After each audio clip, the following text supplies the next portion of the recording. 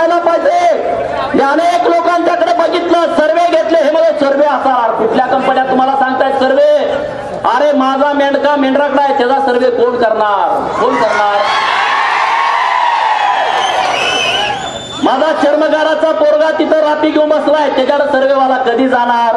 माझा होलाराचा भाऊ तिथं वाजंत्री तिकडे वाजवत बसलाय, तिथं सर्वेची कंपनी कधी पोहोचणार तुझी? माझं माळ्याचं पोरगा तिथं रानामध्ये शेतामध्ये राबतंय, तुझी कंपनी रस्त्यानं गेली, तिथं त्याचा सर्वे कोण घेणार? मराठ्याचं पोरगा तिथं काम करतंय, त्या पोराचा मनातला सर्वे कोण घेणार? तुम्ही पुढाऱ्याचं सर्वे घेणार आणि पुढाऱ्याच्या मागे काळा कुत्रा राहिला नाही, त्याचा सर्वे काय घेणार? राहिले? तुमच्या गावात पुढाऱ्याच्या मागे माणूस राहिलाय का? राहिलाय का?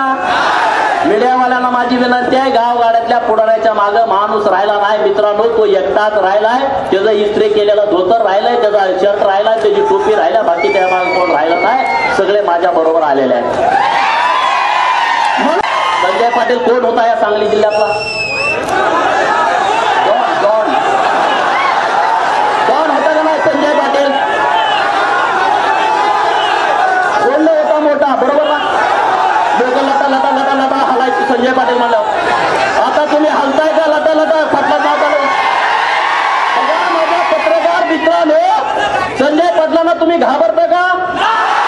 हात वर करून सांगा, त्याला भेटता का? डर नाही लागता क्यों?